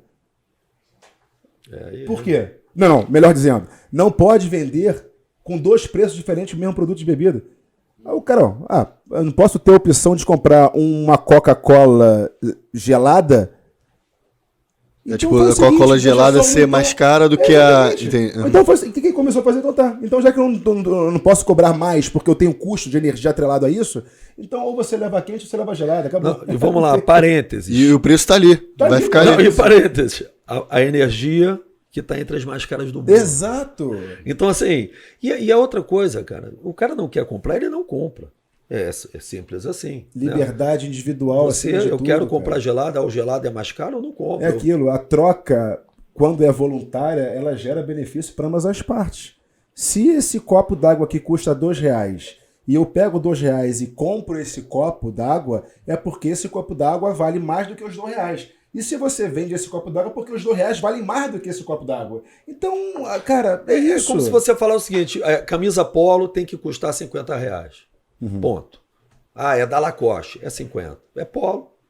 Né? Então é polo. Toda camisa polo tem que ter o mesmo preço. Não é verdade? Então, assim, você começa a perder lógica. E aí você começa a perder tempo. E perder tempo é perder dinheiro. O cara que assim, é o que eu falo assim, que o gestor público ele precisa entender que ele é um profissional. Ele está contratado para trabalhar para uma empresa. Eu acho que esse é o principal fato. Outro dia eu estava visitando... Deveria ser o mindset, né? É isso. Você é um profissional, bicho. Você, por exemplo, tem vereador, entrou vereador, ele era médico, virou vereador. Bacana, tá. Só que agora ele não é mais médico, ele vai ser um vereador. Ele vai ter que entender qual é a área de atuação e, obviamente, que ele deve procurar o que a medicina ou a saúde precisa, porque ele tem mais conhecimento de causa dentro daquele movimento para poder entregar. Ele precisa entregar, né? Outra coisa que eu falo é compromisso, né? Aí vamos falar de poder executivo. Você não pode fazer promessas e depois de 4 anos eleito você não entrega. você tem que pagar um preço por isso. É igual eu contrato um gerente e ele fala para mim que ele vai fazer a parte organizacional do estoque, vai manter a casa limpa, vai fazer a operação e daqui a uma semana ele não me entrega o que ele combinou comigo para ser contratado. Aí eu vou sentar com ele e falar, fulano, você falou para mim na entrevista de emprego que o estoque ia estar redondo, contagem todo dia, o atendimento ia ficar bom e a casa ia ficar limpa. Mais uma semana não. O que eu vou fazer? Eu desligo ele da empresa. Por quê? Porque ele combinou uma coisa para eu contratá-lo. A mesma coisa vamos levar agora para a política. O candidato X combinou, ele fez um combinado que na área de segurança ele faria isso, que na área de asfaltaria determinada rua, determinado bairro, saneamento básico dentro da comunidade. E aí, após 4 anos... Muda-se tudo. Né? Não, ele pode não fazer absolutamente nada do que ele combinou. E não era cobrado nada depois. E qual é o preço eu acho que o poder executivo ele deveria sofrer, como tem nos Estados Unidos, por exemplo, o sistema de recall, cara. Uhum. É isso, irmão. Ah, não deu? Então sai. Então, a democracia hoje ela é muito... Ela é muito... No Brasil, ela é muito... pueril. Inclusive, se vocês quiserem saber aí sobre democracia, tem no card aqui em cima, ó, do lado esquerdo ali, o primeiro episódio que a gente fez, sim, que a gente discute sobre democracia. Divulgue para os seus próximos 10 mil amigos. Exato. Que vai ser legal. E tem que ter um sistema de frenagem em cima disso tudo. De cobrando, de entrega. Exatamente. Entrega. Se eu abrir uma empresa e não entregar, a minha empresa fecha. Por que não? Acabou. O Estado tem muito que aprender com a iniciativa privada, hein? Sem dúvida. Pô, esquece. Né? Sem dúvida. Porque o Estado é uma empresa. Totalmente. Eu acho que é isso que as pessoas precisam entender. O Rio é uma empresa.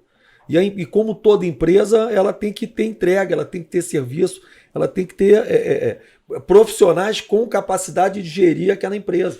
Né? Eu posso pegar um médico maravilhoso, se eu sentar ele na minha cadeira dentro do BAU, ele quebra o BAU em um mês. Exato.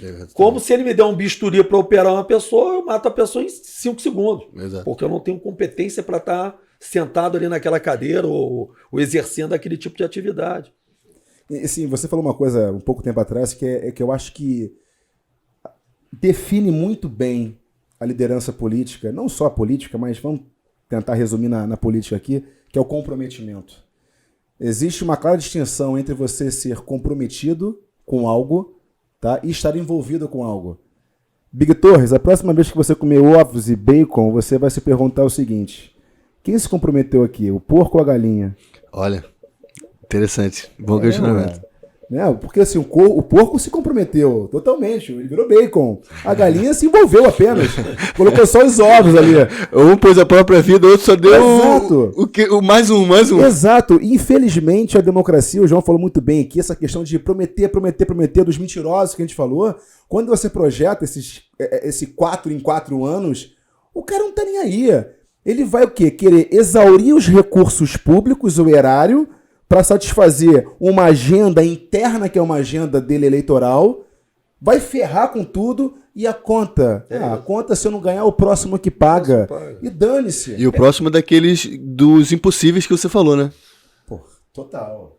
Eu acho que mal comparando, quando você fala de futebol, foi quando entrou a gestão do clube empresa. Sim. Né? Mudou muito. Né? Você tinha diretores, presidentes de clube que eram apaixonados pelo clube, mas era um desastre a gestão, porque eles não entendiam como gestores. Eles entendiam como paixão. E às vezes é melhor você até ter uma pessoa, um ateu de futebol, gerindo um clube, ele vai dar muito mais resultado do que um fanático torcedor. Exato. Você entendeu? É uma coisa óbvia. Eu sou flamenguista. Quem é que eu quero que seja o presidente do Flamengo? Um flamenguista fervoroso ou um belíssimo administrador? Eficiência. Né? Aconteceu isso. Sim. O PSG aconteceu isso. Sim. Olha, mas é isso, cara. Porque é entrega, cara. É empresa. É acabou, empresa, bicho. Acabou. É empresa. Você não aqui precisa no Brasil, João, eu faço uma brincadeira comigo mesmo, pensando, falei, cara, não adianta muito não, porque é o seguinte, se você não tiver da base da pirâmide pro topo da pirâmide, você vai só marcar passo no mesmo lugar. Você pode ressuscitar o Ronald Reagan e colocar na cadeira presidencial. Margaret Thatcher, colocar na cadeira presidencial. Não adianta. Porque aqui no Brasil, infelizmente, tem 3 tipos de político. Um político, que é aquele cara que quer Estado, um Estado maior. Isso é, via de regra, vinculado ao pessoal de esquerda, do socialismo, da esquerda comunista, que quer Estado, o Estado dá tudo, o Estado dá tudo de graça. Tu tem o segundo político, que é o cara que quer um menor Estado, um Estado mais enxuto, porém forte, reduzir a máquina pública, que é a exceção no nosso cenário político, tá? E você tem o terceiro tipo de político, que são aqueles que querem poder. Só poder. E aonde você tem o poder? Num Estado grande, num Estado inchado. Então, cara, é essa distinção que a gente precisa, a todo custo, transparecer pro povo. Perfeito. É fazê-los enxergar que, cara, calma aí, discernimento, a leitura mental daqueles que estão se vendendo. Quem são os caras? Quem você votou? Para de ter uma mente, uma cabeça voltada para o executivo apenas. Todo mundo lembra quem foi o presidente que votou, o governador, o prefeito, mas o vereador e o deputado. É por isso que a gente fala de educação. Exatamente. Isso aí tem que ir lá na base. Converge na base. Isso tem que vir lá da base. Isso tem que vir lá da base. Isso é que importa. Porque isso é que vai botar a comida na mesa da pessoa e da família ou não. Exatamente. Não é a geografia, a história, não estou desmerecendo não, pelo amor de Deus, mas estou dizendo o seguinte, a gente vive num país miserável, cara. O Brasil é um país muito pobre. Então, assim, a gente primeiro aqui tem que começar a pensar em comida, bicho. É prato de comida. Aqui é feijão com arroz, Feijão bicho. com arroz. Não dá para fazer, analogia. Pô, bicho, vamos jogar, vamos ver o filme. Isso aqui é filme de guerra, bicho. Exatamente. Na guerra, a primeira coisa que você quer é comer, meu irmão. E dormir e acordar no dia seguinte vivo. Então, assim... Aquela pirâmide de Maslow, né? Que é a hierarquia da necessidade, né? É a comida, bicho. Existência. Então, assim, a gente tem que preparar as pessoas para ter o quê? Emprego. Porque emprego é comida. Exato. Acabou, bicho. É igual, é selva. Igual a selva. Sim. O cara tem que comer para sobreviver. Então, se ele não tiver emprego, é o que eu falo. A gente tem 3 mercados no Rio de Janeiro. A gente tem o mercado formal, o informal e o mercado da violência. Por que o mercado da violência cresce a cada dia? Porque o formal e o informal não absorve. Então o cara precisa ganhar dinheiro, bicho. Perfeito. O cara da comunidade que não tem acesso, que não tem facilidade a emprego, que não tem capacitação profissional, que não tem estudo, que mal sabe ler e escrever, ele precisa comer. E ele vai buscar o dinheiro dele aonde for. Ele vai buscar o dinheiro dele. Obviamente que se ele tiver uma boinha dele, ele vai tentar pelos caminhos mais corretos, né? Que é você arrumar um emprego ou você vender uma bala no sinal. Só que vai chegar uma hora, meu irmão. Vamos falar, a gente está no Rio de Janeiro, isso aqui é Brasil. Acabou. O cara vai ter o canto da sereia e falar, parceiro, pô, vem aqui que eu vou te dar aqui, pô, um continho por mês. Quando chegar aqui a polícia, tu solta o morteiro para cima, daqui a pouco tu tá de vapor. Daqui a pouco o cara, quando vê, ele já está no meio daquele bolo. Processo, acabou. E ali dentro daquela parada que ele vive ali, muitas vezes é muito comum. É muito comum. Então, assim, se a gente não entender que a gente precisa alimentar as pessoas, que a gestão pública, ela tem que alimentar a pessoa, ela tem que fazer a comida chegar na mesa do cara, bicho. Entendeu? E a comida chega na mesa da pessoa se a pessoa tiver emprego, meu irmão. Se o cara tiver emprego, se ele ganhar lá £1,5, £2, meu irmão, não vai faltar comida. Não vai. Ele não vai ter, ele não vai ter uma vida confortável. E a gente acaba voltando para a base, que é a educação ali, né? Você teve a oportunidade de, acho que, se não me engano, dar aula e teve alguma coisa com a ONU, né? Eu dei aula, foi muito bacana, assim, eu sempre me coloco muito à disposição. Eu criei agora o Instituto João Diniz, que é uma escola de capacitação profissional gratuita, onde eu dou aulas de garçom, de barman, de chefe de sushi bar, vou dar aulas agora de DJ, de barista, de sommelier de cerveja, sommelier de vinho. Então, o Instituto João Diniz, ele dá aula para pessoas onde eu vou dar a chance dela ser contratada. Né? Eu vou apresentar uma profissão para ela, para quando ela for fazer uma entrevista de currículo, ela já ter tido algum contato. Se aproximar da oportunidade da empregabilidade, porque, é isso. Né? Claro. E ensino até a fazer currículo, ele se comportar numa entrevista de emprego, ele ter as noções básicas do que um garçom faz, como faz, serviço, barman e tal. Então, isso é um projeto que eu tenho. E o da ONU foi muito bacana, que eu fui convidado para dar aula para venezuelanos e africanos que estão no Brasil, onde eu dei aula sobre empregabilidade, sobre empreendedorismo, sobre capacitação profissional, para ajudar essas pessoas que vieram de fora, né, da Venezuela. Se alocarem no mercado. Se alocarem. Então, falar um pouco do mercado local, e é um projeto da ONU, que eu fui convidado a fazer algumas aulas via internet, né, online, e foi muito bacana. Assim, eu sempre me coloco muito à disposição, porque existem muito poucas pessoas que falam a respeito, né? As pessoas não falam a respeito sobre a necessidade, e nos cursos é muito bacana, é muito prazeroso você ver assim, os alunos. A gente formou 160 pessoas no primeiro Instituto João Diniz. Inclusive, eu estou indo para Volta Redonda, que eles querem fazer esse curso lá, no shopping, no maior shopping em Volta Redonda. Eu fui convidado pelo diretor do shopping. E é muito bacana você falar para pessoas que, assim, que nunca teriam acesso a essa informação. Não só técnica como teórica, porque uma das aulas é só sobre a parte comportamental, né? Desde a postura e o entendimento do que você está numa empresa, né, num organismo vivo, da necessidade da sua proatividade. Uma das coisas que eu falo demais, cara. Na vida só vence quem é proativo, bicho. Sempre. Se você me der duas pessoas, um cara extremamente técnico e o proativo vai voar e o outro vai ficar ali naquela posição dele, porque você tem que entregar mais do que te pedem. A vida é feita de entrega. E ele é mais adaptável também. Sim, só que o cara quer colher antes de plantar. É preferência temporal. Olha a natureza, bicho. Você planta, rega, aí você colhe o fruto e come. Então, assim, as pessoas têm que ter proatividade. Eu falo isso para minha turma. Irmão, dá o sangue, brother. Não faz o que eu te peço. Faz o que eu não te peço. Faz o seu melhor, independente das condições que você tem. Porque você vai... Porque às vezes o cara só fala assim, mas eu não fiz, seu João, por quê? Não, eu não tinha água aqui. Pô, pelo amor de Deus, esquece. Aqui eu tenho exemplos de colaboradores que...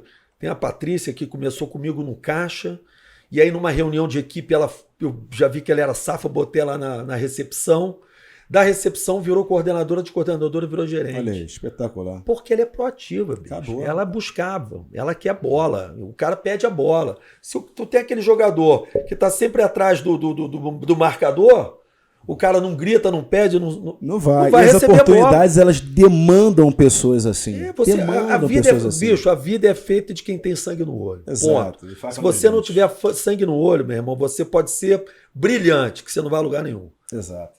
Irmão, o tempo tá se encerrando. Caramba, que coisa gostosa esse bate-papo aqui. Eu queria ver com você o seguinte, João. Se você definisse liderança, mesmo no espectro político, no espectro da iniciativa privada, mas se você pudesse resumir um conceito de liderança, o que você diria? Podendo ser algo ligado à moralidade, algo ligado à ética, enfim. Se fosse um recado que você pudesse dar para despertar e vincular tudo que nós falamos aqui, uma síntese, o que te desperta para isso? Eu acho que a liderança é amor, bicho. Liderança é amor. A liderança tem que ser exercida com amor, porque é um dom que a pessoa tem, né? Existem algumas pessoas que Deus escolhe e dá o dom de serem líderes, né? E você precisa devolver para a vida, né? Eu acho que os líderes, eles são privilegiados e eles não podem se omitir. Então, o amor, quando eu falo amor, é você retribuir o dom que Deus te deu, amando, cuidando das pessoas, liderando as pessoas, ajudando as pessoas, porque não são todas as pessoas que têm essa aptidão, né? Nem poderia ser. Senão a gente teria um mundo de líderes que não se falaria, né? Existem, é o tabuleiro. Você tem que ter a rainha, o rei, o cavalo, a torre, o peão. Então cada um. Papel. Então o líder, ele precisa cuidar das pessoas, ele precisa honrar o dom que ele recebeu de Deus. Pô, sensacional. Eu compartilho veementemente e agrego com uma questão que a liderança é troca. A liderança é troca. Ensinando, aprende-se. O conhecimento e o amor são as únicas coisas que você só absorve se você doar, né? Perfeito. Por isso que eu acho que é troca. É você ensinar o que você sabe que você faz aí muito bem, que é a generosidade mental. Perfeito. Né? Você está sendo muito generoso. É você aplicar o que você ensina, que é a coerência ética, e você questionar aquilo que você não sabe, que é a humildade intelectual. Perfeito. Eu acho que essa é a trilogia do sucesso de qualquer ser humano. É você buscar, né? Santo Agostinho falava alguma coisa em torno de o orgulho fez o anjo cair do céu e a humildade faz as pessoas, o ser humano, virarem anjos, né? Então, acho que a humildade é a virtude simbólica da liderança. É você dar ouvidos, é você escutar, independente de quem for, é você realmente agregar. Eu acho que é isso que impacta mais nas nossas vidas, principalmente no ímpeto político, né? E quando eu me deparo com pessoas como você, que a gente se conhece há pouco tempo, mas que amizade para mim é reencontro. Sim. É reencontro. E eu falei, porra, cara, que maneiro. O cara bem sucedido nos seus empreendimentos, gerador de emprego, gerador de negócios, e poderia estar na zona de conforto, curtindo na zona de conforto, mas quer continuar a empreender ainda mais e agora também buscando ter uma participação da visão, do diálogo, do embate político. A gente é carente. O povo é carente desse debate propositivo, o povo é carente de uma autoridade moral, sim, ética. E a ética é o quê? É a inteligência perfeita para desenvolver a melhor convivência. Ética é isso. É quando você enxerga a sociedade e você atribui aquilo que vai ser melhor para cada um. E, cara, sensacional. Te agradeço de coração, meu irmão. Obrigado mesmo aí. Prazer. Obrigado por enriquecer, não, por obrigado. me ensinar aí, irmão. Não, e é o que eu falei, assim, hoje eu saí daqui maior, né? Eu acho que todos nós aqui, a gente saiu maior porque quando a gente ensina, a gente aprende. Quando a gente aprende, a gente absorve coisas. Então foi muito prazeroso. Eu acho que esse canal, esse veículo que vocês criaram, tem tudo para arrebentar, porque são informações que a gente não vai comprar na revista, no jornal. Exato. E são faladas principalmente com alma, né? Eu acho que Totalmente. quando você fala com alma, você toca o coração das pessoas. Totalmente. Irmão, fala a tua rede social pra galera que quer te seguir. Vamos lá. João Diniz 73, @ João Diniz 73, no Instagram. E do Facebook tem alguns. Tem João Diniz Profissional, que é o que eu mais uso, e tem João Diniz Diniz. Sensacional. E o meu, Igor Porto RJ, @ Igor Porto RJ, no Instagram, e vai aparecer tudo aqui também, né? Tudo certinho, porque aqui o pessoal... Nós somos afegãos médios, mas somos profissionais. E ainda tem o joãodiniz.com, que é o site onde fica o Instituto João Diniz. Também, quem quiser acessar, tem todas as informações lá dos cursos gratuitos, da agência de emprego, também é um outro canal. Perfeito, maravilha, maravilha. E seguem o canal, como é que fala aí? Segue, ativa o sininho. Ative o sininho, eu não aprendi isso não, mas é isso aí. Se inscreve no canal pra ficar legal. Se eu ver minha filha falando, Deus o livre. E compartilha pros próximos, os 10 amigos mais próximos que vocês têm. É isso aí. Valeu, pessoal. Um abraço, obrigado e até a próxima.